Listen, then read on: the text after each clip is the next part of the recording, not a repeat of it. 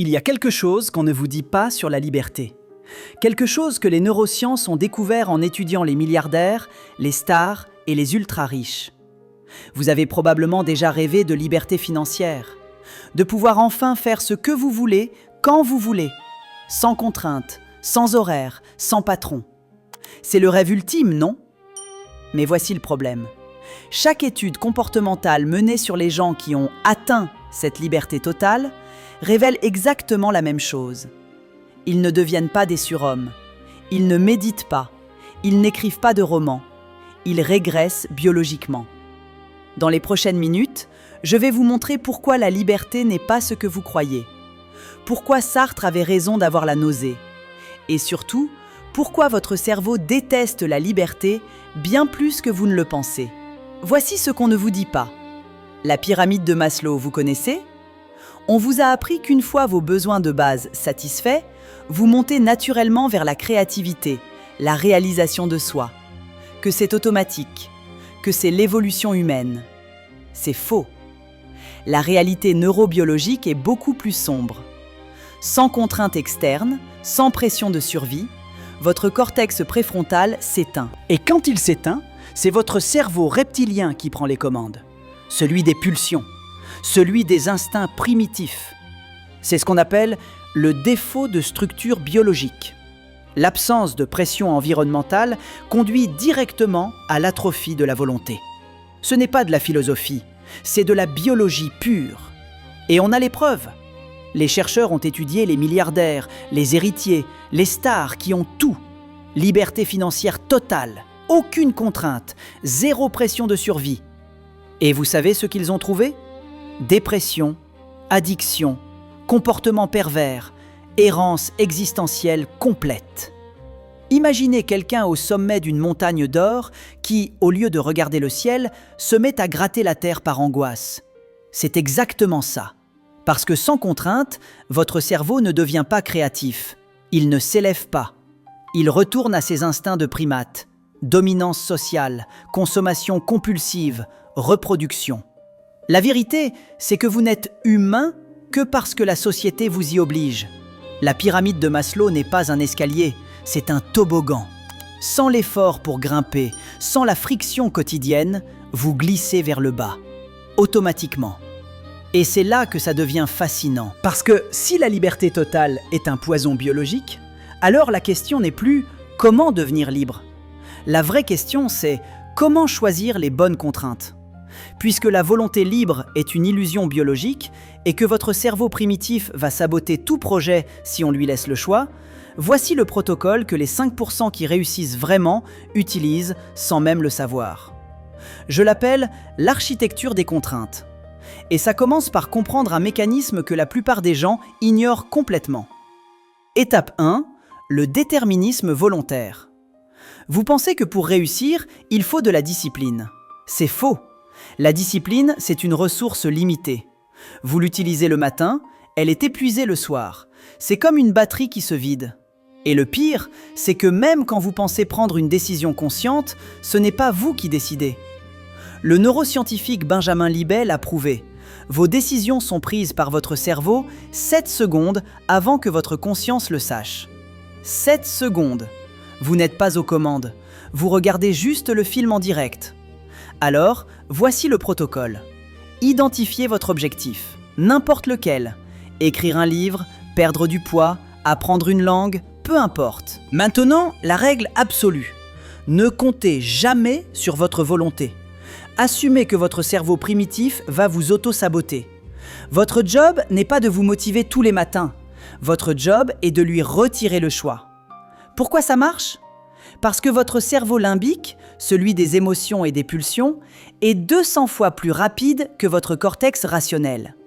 Dans un combat entre les deux, le limbique gagne toujours. La seule solution, c'est de ne pas lui donner de combat. Mais retirer le choix, ça veut dire quoi concrètement ? C'est exactement ce que je vais vous montrer maintenant avec la prochaine technique. Étape 2, la prison volontaire. Vous pensez que la liberté, c'est ne rendre de compte à personne ? En réalité, c'est le moyen le plus sûr d'échouer. Voici le protocole de l'engagement public. Choisissez 3 personnes de votre entourage, des amis, de la famille, des collègues, et annoncez-leur publiquement votre objectif avec une deadline précise. Exemple concret, je vais perdre 10 kilos d'ici le 1er mars. Si j'échoue, je vous dois 500 € à chacun. Pourquoi ça fonctionne? À cause d'un mécanisme évolutif primitif, la honte sociale.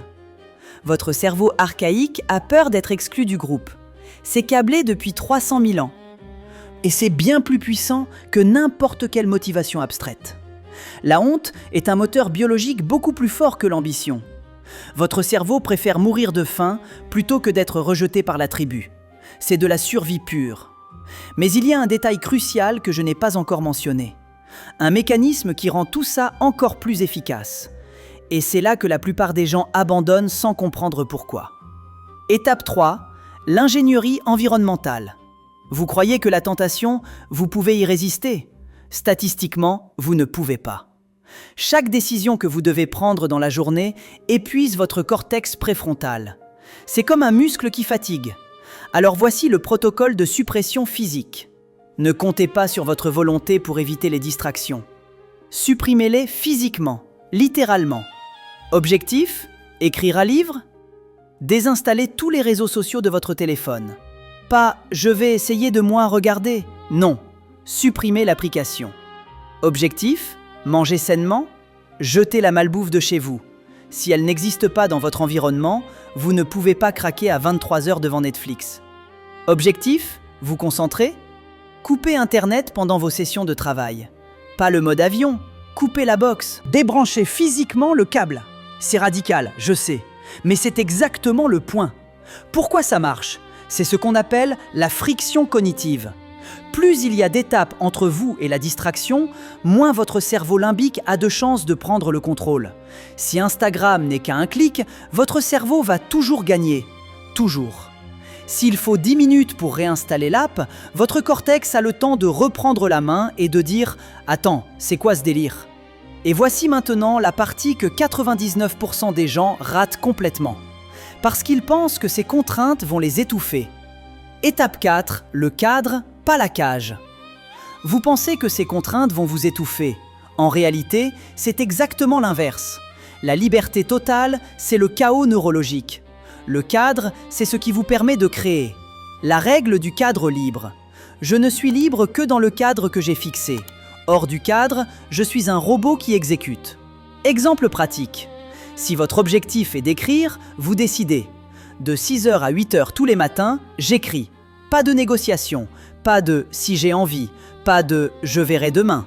Hors de cette plage, je fais ce que je veux. Mais dans cette plage horaire, je suis une machine. Pourquoi ça marche? Parce que vous ne fatiguez plus votre cortex avec des micro-décisions. Est-ce que j'écris maintenant ou dans 30 minutes? Est-ce que je commence par ce chapitre ou l'autre? Chaque question épuise votre énergie cognitive. Le cadre automatise la décision.